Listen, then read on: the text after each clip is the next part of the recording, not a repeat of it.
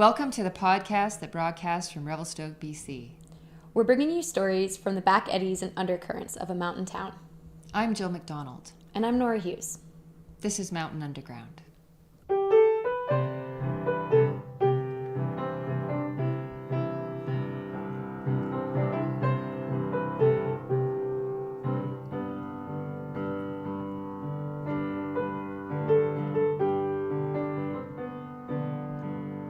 Hey Jill.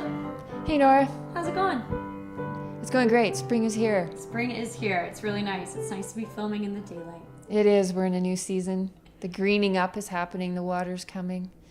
Things are hopeful. Yeah, it's nice. Which seems appropriate as we approach another episode of Mountain Underground. Another episode of Mountain Underground. And our topic today is forestry in this place, which is an interesting one. What are your general thoughts on forestry? I know you're pretty involved in that industry. Yeah, I have been off and on, and I think I romanticize it. I'm also looking out the window at the sawmill, which is quite appropriate. I think I romanticize forestry because I love working in the bush and being in the woods, and I've done a certain amount of it. But I also understand and have mixed feelings about some of the forest practices that I've seen in the past and how I feel when I see trees falling. And, it's an interesting place to put yourself in to really look at an industry all the way through.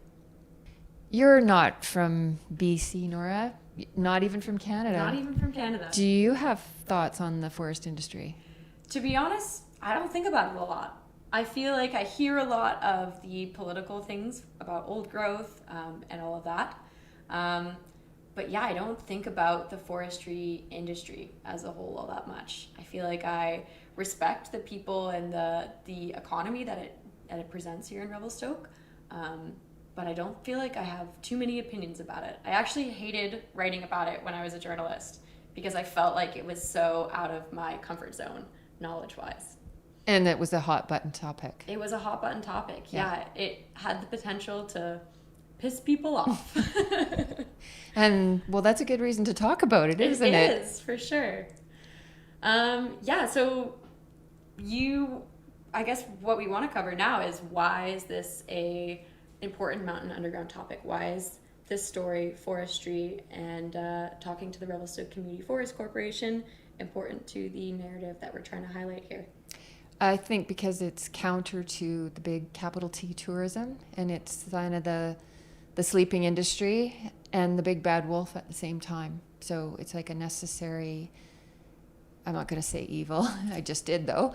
It's certainly portrayed as evil sometimes.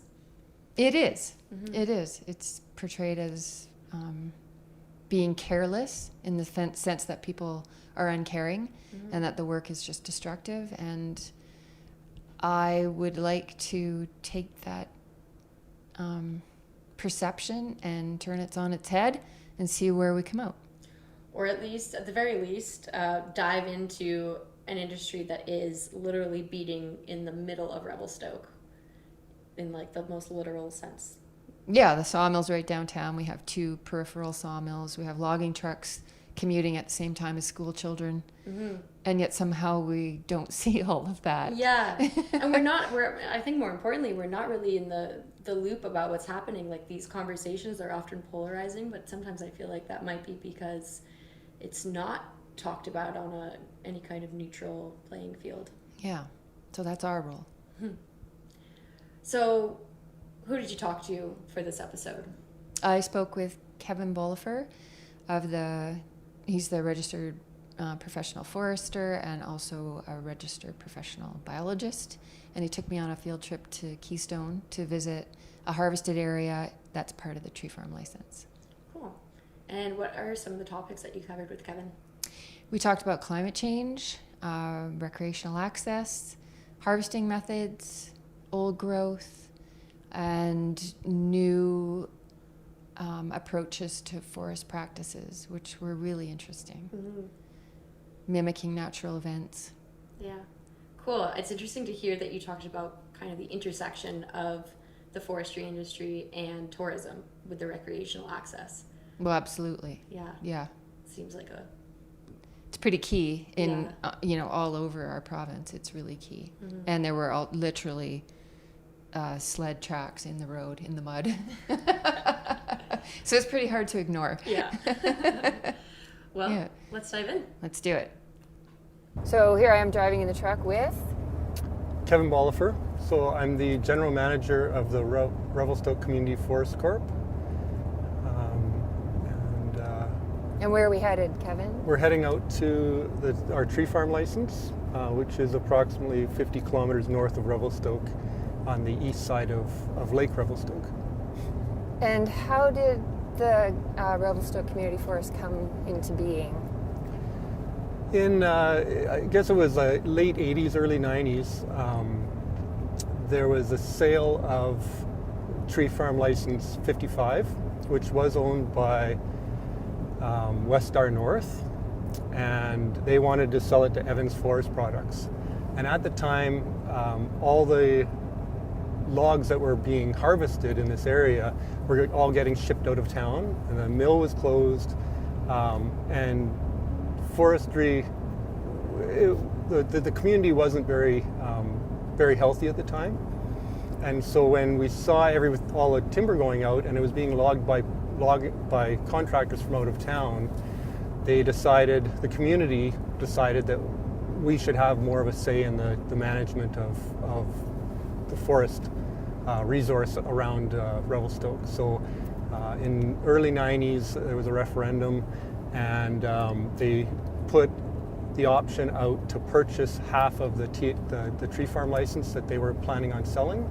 And the community bought half of it, and TFL 56 was created, and Evans Forest Products bought the northern half of the tree farm license at the time. Do they still own that northern half? That's passed hands a number of times now, so it's now owned by PWT, which is a company out of the States. Well, it sounds like a great idea to bring management of the forest into the community, but what does it mean to be a community forest? So this community forest was set up with, we have, at the time we had 3 industry partners, which were sawmills that were operated in Revelstoke. So that just gave those mills more access to fiber. So the way the community forest is set up is 50% of our saw logs go to our industry partners, and 50% we sell at our sort yard, which we just passed back there. And so our mandate is a little different than some. It's all about local employment, and part of our sort yard is a real big part of our identity, as it enables us to sell logs to small purchasers that don't have access to timber normally. So we sell tone wood to a guitar guy. We sell house logs. We'll sell just a single log to somebody that might have a special project or something. So it really enables that the logs to be sold to small sawmills and other entities that don't have access. So that's quite different than what a typical community forest is, right? You mentioned the interface between wildland and urban areas. So yeah, so most community forests now, like in the early, actually, I think it was in the 80s, Mission Community Forest was the first one in BC that started up, and then Revelstoke was the second. And back then there wasn't a lot of community forests. Actually, those were the only 2. So when we started to show that we could manage the lands very well, and it was a really good it was a good setup. So a lot of the community forests now were kind of set up to be like we're set up because of our successes type of thing. So that worked out really well. And now most of the community forest they're called community forest agreements, and they typically are a lot smaller volume of harvest, but they are located typically around the communities where our TFL, our tree farm license, is 50 kilometers north of Revelstoke. Okay, so it is not it was unique at the time, but it is still a similar model in that you are selling logs. That is how you generate income. Yep. Okay. Yeah, for sure. And then for us, there's not too many places that have a log sort in BC, so that's one of the aspects of that's unique to RCFC. Okay. So what does ownership by the city of Revelstoke mean, actually? So all of our profits come back to the community. So that's the big one. And then we also are managed by a board that is composed of some city council and then also some lay people within the community. So there's a little bit more local oversight, as well as we still have all the other legislation and regulations that we have to follow, but the community forest aspect of it gives us that local oversight. So we're local, we make local decisions on the local forests, and we have local oversight. Okay, so when you say the money comes directly back into the community, it just goes into city coffers? Is it designated in any way? We have what's called a legacy fund. So the money goes into that legacy fund, and then so it's kind of meant for special projects so that it doesn't just go into the general revenue. Okay. And so that's kind of the idea, is that it would go to a special project that comes up. Okay. And how many people are employed by the RCFC? So directly we have 4 employees. We have 2 at the sort yard and 2 in the office. And then we contract everything out to local contractors. So all the harvesting, road building, civiculture, layout, all of that stuff gets contracted out to local contractors. Is that part of the mandate? Local for sure. Local for sure. Local employment as much as possible, and then if that's not possible, then we'll look elsewhere. But we've really tried to develop a local workforce. You mentioned earlier that the economy was in trouble when the RCFC was started. Is that indicative of forest licenses around here? Are they kind of depleted, or was that just the forest industry at the time? The forest industry tends to have quite large cycles over the decades, and that was just a downturn at the time with decreased housing demands and things like that. So it typically swings up and down. So in 2007, 2008, that was a really hard time for forestry also, as it was for many other industries. But we tend to have that cyclical economy within the forest industry. So it's unusual that we have a log sort yard, but we also have a sawmill right downtown. Are you affiliated with Downey Timber? Like, do you have a symbiotic relationship? We do. They are one of our industry partners, so a certain percentage of our wood goes to them. But we still have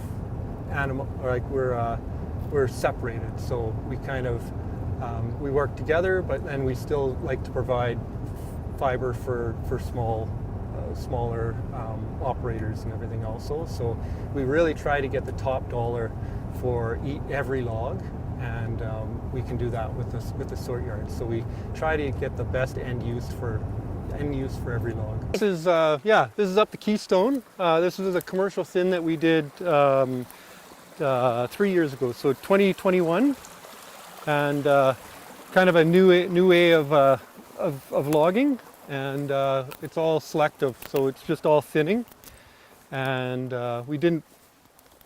we're not trying to plant anything here. We just want to give the trees a little more room to grow. What are we looking at here, Kevin? So this has been thinned, so we want to put more growth on the trees that we left here.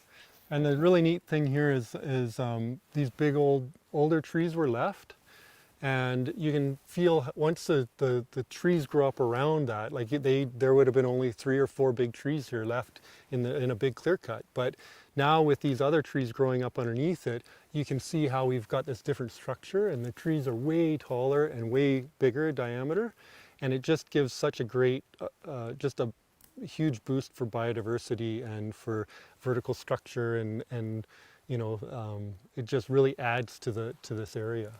So would you thin this again before you harvest it? Yep. Yeah? Yep, for sure. So next entry that we do is we'd come in and we'd probably take out the fir, because in another, say, 20 years, the fir bark beetle is going to come in and start to attack these trees. So that's just a natural process of how the forests work in this area. And so that's what we're trying to do, is we're trying to mimic natural disturbances. So it's really cool, because we'll come in and we'll take the fir out, and then that'll give the cedar more growing room and everything else. And then depends what the forests do to react. If there's more trees growing underneath, well, we might be able to just continually cycle that all the time. So we'll never actually clear cut. But if we don't get that response from trees, like new trees growing, then we might have to do some more opening up. Okay. Yep. So that would, I mean, that sounds like a sustainable harvest, right? Like a tree, like an actual tree farm. Yeah. You're growing trees to size, harvesting them in you know, a natural order. Yeah, and the biggest thing though is, like, especially with climate change and all those things, is sometimes you need to open up an area more so that you can get things like fir to grow back in, because all the different trees need different light, and Okay. they need different requirements. So cedar likes more wet soils and things like that, where fir will grow in a dry site. So in a perfect world, yeah, you could just cycle it all the way along, but quite often there's more going on that we as foresters, that we have to understand, and we have to create the right growing conditions for those trees to grow properly and healthy. Okay. And that's the ultimate goal, is healthy ecosystems. Right. Yep. So fir needs open spaces, which sounds like a diplomatic way of saying a clear cut. Well, it depends. It could be a small patch cut, or Yeah. it depends what you classify as a clear cut. Yeah, fair. Yep. Yeah, a small patch cut is that, a small. It's a small Cleared clear cut. area. It's an even, and it's going towards even age management, like the trees being all similar age. Right, okay. But it depends on the opening, and those happen naturally all the time in nature, whether it's a blowdown event or a fire, or like small fires we get around here all the time. And so it's a natural process that we're trying to mimic. Okay, well, but even so, I mean, traditionally, forestry doesn't have a good reputation. Let's just address the elephant in the room. Yep. Like, you know, I was a tree planter for a long time. I saw lots of stuff that I thought was incorrect or poorly managed or just bad practices. And do you think in the public we're stuck in that perception? Like, have we not caught up with how things have improved and evolved? I think we look to see the negative, and we probably see the negative quite often. I think if you go back in history, around here at least, in the 40s to the 1940s to 1980s, it was all about timber. Like, it was quite timber centric and everything, forestry in BC.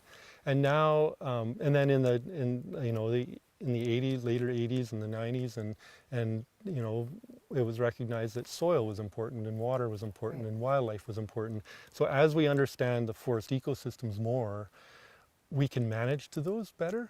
And so I think it's a little bit more, you know, it was like man versus nature, and there was a lot of that going on early on, I think, where now we understand the processes and that all this is interconnected in the underground and things like that. So we want to try to manage that way a little bit more. So we never want to do everything, the same thing everywhere. Like, we're still going to clear cut in areas because it produces volume and it grows trees the fastest. Like, we know that for a fact. But then we can do harvest treatments like this also. So if we do all these different treatments, it's going to be a really nice, sustainable, you know, you're not going to have clear cuts everywhere, but you're still going to have clear cuts in areas. And then we need to look at fire management and all those things. So we're progressing, and I know as foresters, we probably don't do the greatest job of explaining why certain things are happening and why we're doing certain things in certain areas. So I definitely feel, that's a big part of why I'm doing this interview. Yeah. Is I think it's important to get that information out. Great. And have forest practices evolved too? Sorry, harvesting practices is what I meant to say. Yep. Like the equipment, say, and the approach to getting the timber out of here. Yep. So this is really neat. Like the equipment we used here is from Europe pretty much, and so it's all cut to length. So everything stays in the forest. Like all the branches and everything you see here were from the trimmed. trees that were taken out? Exactly. And so then everything it's called buck to length. So it's all cut to length in the forest and stacked in places. And then a forwarder will come and grab that and put it on its back and walk out of here. So it's really something else to see. And that really helps for not damaging the trees that we left. Yeah, That because I type can of see system? that. It's very subtle. Totally. I don't know how much, if I'm going to describe it, if you can't see it, it's very subtle to think that trees were felled in here, because you don't see big smashing and broken trees, and it's really clean. So can you just explain to me how, now that you've opened this up, what you're going to see and what that's going to result in as a harvestable tree? Yeah, for sure. So like that cedar tree right over there, you can see that it's starting to get some growth lower down, some green growth on the lower part of the tree bowl. And so that signifies to us that it's started to release. So that tree is growing more photosynthetic material, so that can help that tree grow faster. And so it would have, before we came in here, it was maybe growing a few millimeters a year. And that tree should release to about a half centimeter on either side. So that'll grow every year. That tree will grow about a centimeter a year in diameter. In diameter, okay. And Because then it's centimeters not very much. Yeah, no, In and then it'll diameter. also grow Okay. probably 30 to 80 centimeters in height every year. So every year it's fast. adding. So it's Yeah. going to be incredible to come back here in 10 years' time, and you add 10 plus centimeters to every one of these trees, and it's going to be Yeah, beautiful. that's significant. Yeah. Absolutely. And then Yeah. those cedar trees become cedar poles and cedar house logs and those types of things. So not only are we increasing the volume, but we're also increasing the value. Right. So we can double the value, and we're almost doubling the volume. So it just makes economic sense to come in and harvest this way. And mixed species are here because they're here. I think when I was planting, let's say, it was all monoculture. Definitely in the 80s and 90s, and probably even in the 2000s, there's definitely some places that are or were planting individual species. We try to really mix plants, so we do Sure. 4 to 5 different species, and then hemlock typically comes up naturally, so we don't typically plant that, but we still end It'll up mix with, itself in. absolutely. But this particular site was never planted. This just grew this way. Yep. So this is Because all this is what- natural. yeah. Yep. And in places it was burnt, but in this place you can tell because there's individual trees that were left that were original forest. The big ones, yeah. This area wasn't burnt exactly, but it was pre-commercial thinned. So all this wood debris down here that we can see, that was thinned out in 1997. Okay. So intensive silviculture, and you can really grow trees here. So I'm going to just put the hammer on the nail, Kevin, and say, let's talk about old growth. Yep. So let's. It's a good hot topic. It's a good hot topic, and everyone likes to get all fired up about it. So how do we, first of all, let's define what old growth is so we know what we're talking about. So around the Revelstoke area, typically it's an age thing. So it's greater than 250 years old. But it's more than that, it's structure. So you want to have like some big old trees, some gaps, some smaller trees. So it's a vertical, it's vertical structure of different heights and different size trees and things like that. And then some big woody, like some of this stuff that's down, like big woody, coarse woody debris, we call it. So just On big the forest down floor. trees down Oh, okay. that hold a lot of moisture and things like that. And there's mosses and lichens and all these other things. And so it's old forest, but it's also a bit of a structure thing going on too. So how do you assess old growth? So we have what's called vegetation vegetation resource inventory, and it does a pretty good job around here for looking at age and those types of things. So we also ground truth it, of course, but That means you come out and walk it? yeah, Okay. exactly. So, and it's correct 99% of the time around here, I find. So how much does your license contain of old growth? So our license has, we're about a third of the land base has old growth on it, which is either protected or in the old growth deferral areas, like the technical advisory panel on old growth.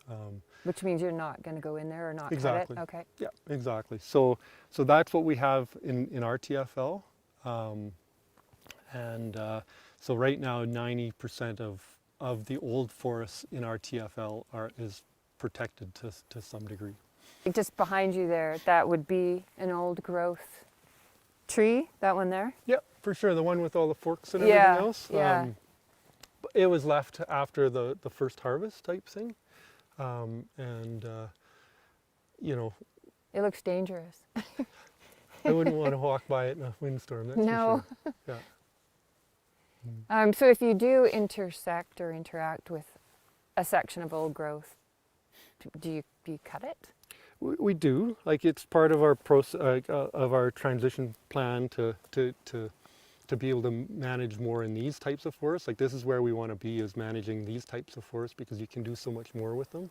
But to get to that point, we still need to harvest volume and for fiber and for sawmills and everything else. So what we try to do is we try to leave attributes. So something like that is a great example, is we'll leave that type of tree and maybe a cluster of 10 or 20 of it around there, so that we can preserve that old growth tree with all the wildlife benefits and everything else, and the lichen that are in those trees.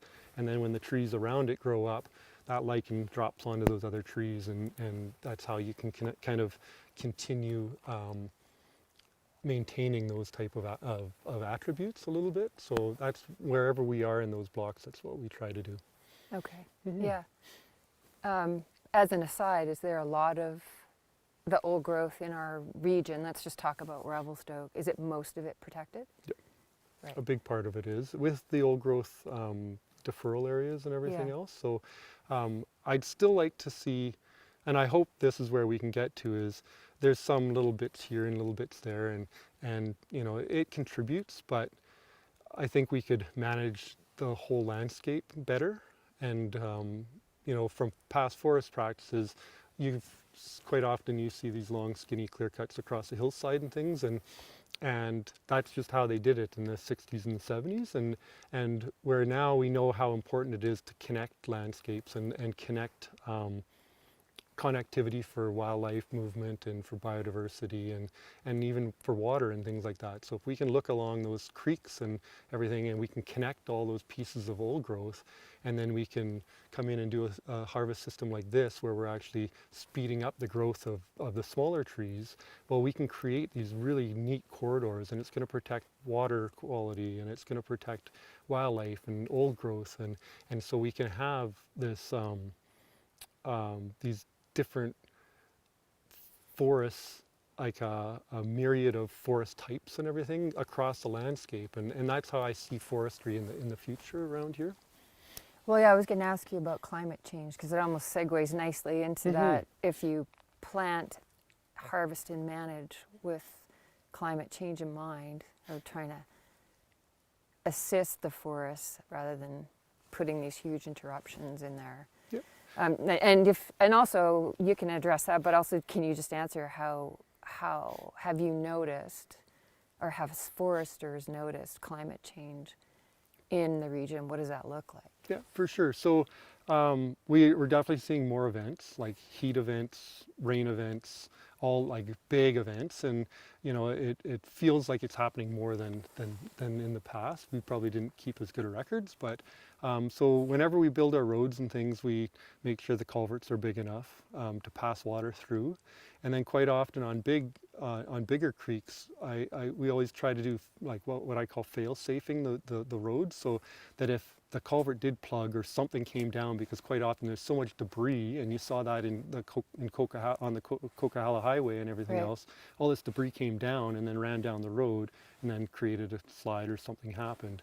So what we try to do is we try to put our roads in so there's a dip, and then if the culvert ever plugs, we put support on the outside, a log on the outside with rock support, so that if the water does go up and over, it stays in its course. And then when the water goes down, then you can come back and clean the culvert out and things like that. So it doesn't just divot it out. And it doesn't erode the road down, because as soon as you lose the road, one, you lose access, and two, all that sediment and everything goes into those streams. So that's really tough on fish and wildlife and everything else. So those are the types of things that we do now to try to mitigate these big events that we're having. The other thing that we see often is around here is if we get an early frost. Cedar is really susceptible to an early frost. So if we plant a cedar tree in the ground and we get an early frost, it'll kill it. And so we're looking at what are the options of, and just down below I actually underplanted with cedar, and the whole idea was to see if we could get those trees to get established, and then when we come in and thin again, well, that tree's going to release. Okay. And so by having a bit of a crown closure, but open enough that the tree will survive and grow a little bit, those are ways that we can mitigate climate change. So it sounds like it would be better if all forest licensees worked together on the plan that you were talking about, the connectivity between drainages, and I mean that's another management issue that you're not going to solve. And, but I think that's the direction that we're going, and I'm hopeful that we'll continue to go that way, and I'm optimistic. Like I really do think that we understand things better, and with First Nations and all these partnerships, I think we can create a great industry and be proud of our forests. We should be. Okay, so just to recap, we were talking about how you can come in and harvest a small area with a small machine, and it's all viable. Is that kind of a utopic practice because you are a community forest, or can another licensee operate in a similar manner? Whether they choose to or not is different, but could they? Yep, oh for sure. So that's the one thing, we have a tree farm license, so we're just like any other licensee. So we pay the same stumpage and we go through the same regulations and permitting and everything else as any other licensee in BC. So yeah, like if we can make money at it, they can make money at it also. And so we try to, I've toured a lot of people in this area to try to get people to see it, right? Like I find forestry is so hard to visualize it. You can walk through a forest, but then what's it going to look like once it's been harvested and things like that? So when we have examples like this that we can bring people out to and show them what it looks like and why it's important and how the trees react and everything, it's just a great, I think it's just a great advancement to good forestry. So to bring it back to Revelstoke, how many people in our community are directly affected by or relying on the forest industry for employment? Yep. So in Revelstoke, we figure there's about 2,000 direct and indirect jobs associated with forestry, and that's with the sawmill, with Downey sawmills, with the harvesters, with people like the loggers, the truck drivers, welders, mechanics, you name it, type That's thing. 25% of our population. Yep. That's huge. Yep, it is. And yeah, so it is a huge amount. And it's good paying jobs that people bring their families in for. There's professionals, you know, like myself, I'm an RPF and an RP Bio. And it's huge. I've raised my family here, and forestry is a really important piece of Revelstoke that I don't think a lot of people embrace. Well, I don't know about embrace, but I think more that they don't realize. Like everybody thinks, oh, Revelstoke now it's a tourism town. Well, if COVID taught us one thing, it was like it was a tough place to be at during COVID for tourism, but logging forestry continued, and it's a big contributor to our economic base in Revelstoke. What's this made from, these tracks? So this is sledders would have been up here, and that's their skis that guide them up. So they would have had snow back there that they couldn't get their trucks by. Right. So they would have run up through here. Okay. And this is a really popular sledding recreation area in the winter, and then also biking and hiking in the summer. So we maintain this road always. We brush it and everything else to Because it's one of your main access roads. yeah, and we don't really use it a whole lot for logging, but we just do it because it's good corporate citizen and community, community minded. It's a really popular area, and it just, it's a good thing to do. My feeling is that a lot of the resistance that comes at forestry is from the same people that are benefiting from these public roads. Granted, they're public. Are they public roads? They are public roads, but if forestry shut down, you would lose access because the province can't maintain all these roads. No, for sure. Yeah. So it's definitely hand in hand, and I think just with better communication and everything else, and I think this alone helps. Like people, like I've talked to a lot of people that don't realize that they've harvested here, and so when you get people to understand that, and it's like, oh wow, like it's seeing is believing a little bit type thing, and yeah, sure. If I look up there, just not the first thing that comes to mind is that it's been harvested. Yeah, exactly. So as we do more practices like this and get more education out to explain to people what we're doing and why we're doing it, I think that'll all come together, and I hope things will get better from here on. Yeah, me too. I appreciate having access to places I love to go. Oh, for so sure, do I. It's so important. Yep. Well, we've done a tour of one very small section of RCFC's tenure. Do you call them tenures? Yep. Yeah. Yep. So I've learned a lot, but I'd like to ask you just what do we need to know to move forward, and to move forward hopefully quickly? Mm-hmm. Well, what I'd like to kind of tell people, like, I don't know if people understand how complex forestry is. Like, we're looking at economics, and we're looking at fire, and we're looking at like silvics, like how trees grow, and we look at First Nations and cultural pieces when we're out here. We're looking at geotechnical issues. We're looking at soils. We're looking at entomology and pathology. Like, forestry is so complex, and so you might look at it and go, oh well, why are they doing that? And there's probably a reason. It's worth investigating further, but there's probably a reason why it's going on.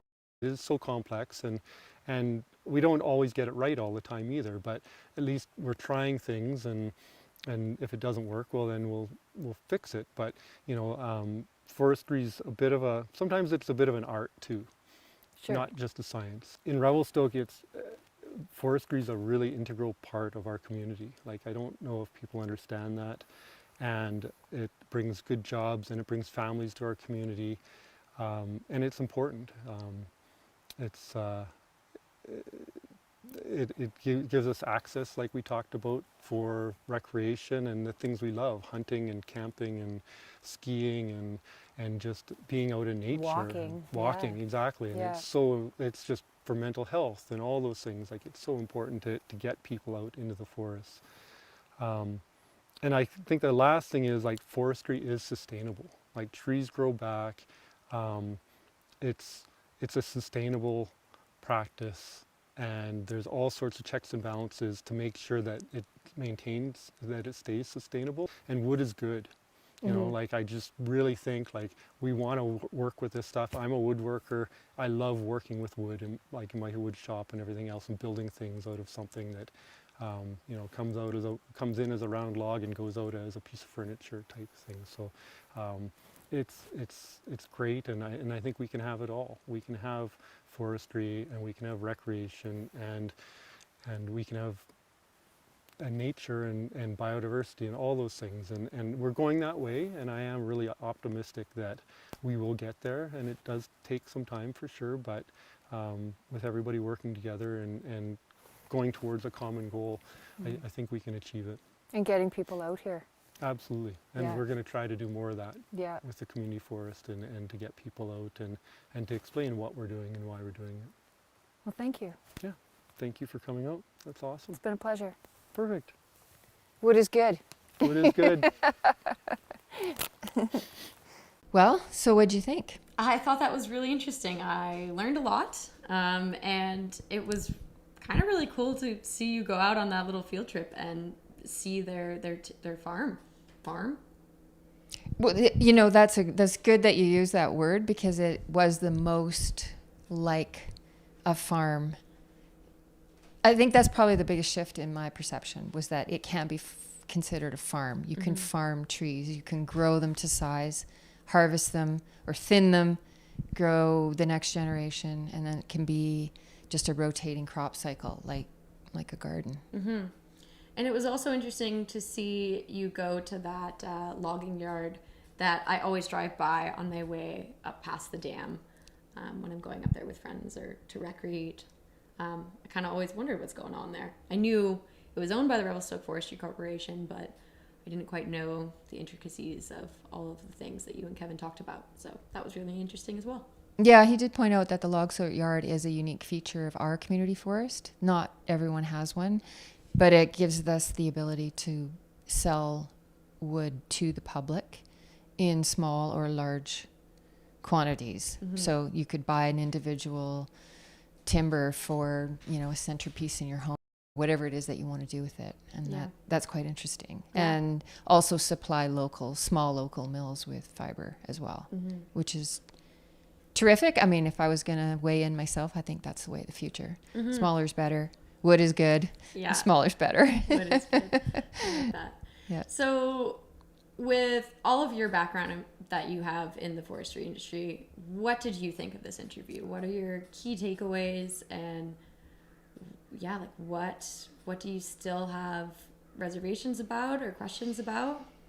I'd say in a nutshell that the forest practices are really interesting, mimicking natural events, opening up smaller sections to let sunshine in and let growth come up, that, managing for species. What does a particular species need? Does it need an overstory to get growing?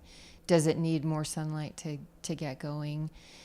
And also the crazy new harvesting machinery that goes in amongst standing timber and harvests without these big catastrophic events that I typically associate with forestry, and that you can, section down timbers. Because when you fall a big tree, it creates a lot of destruction. You can imagine when a huge tree falls, there's no stopping it, and it will smash whatever's in its way.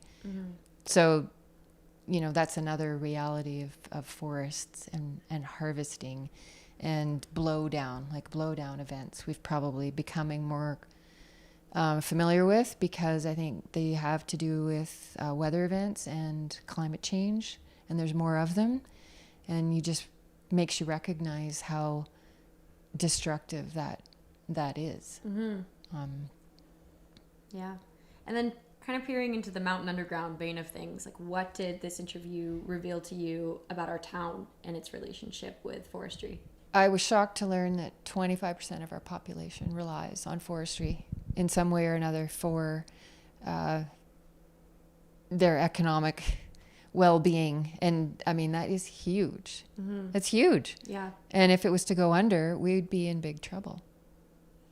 I also learned that foresters are poor at communicating their message, and I would fully agree with that.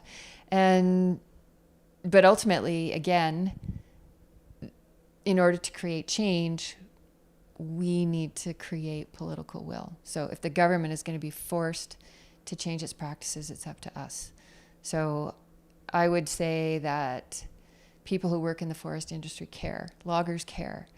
They are environmentalists. They really are, because they love being out there. And, if you want to know what's going on in the forest industry, go out and look. have a tour of our community forest and learn about it. Wood is good. I like that. Nice. Revelstoke is home to the Snayaks, Secwepemc, Ktunaxa, and Syilx people. Come visit us, spend some time, and learn more about life along the Columbia River.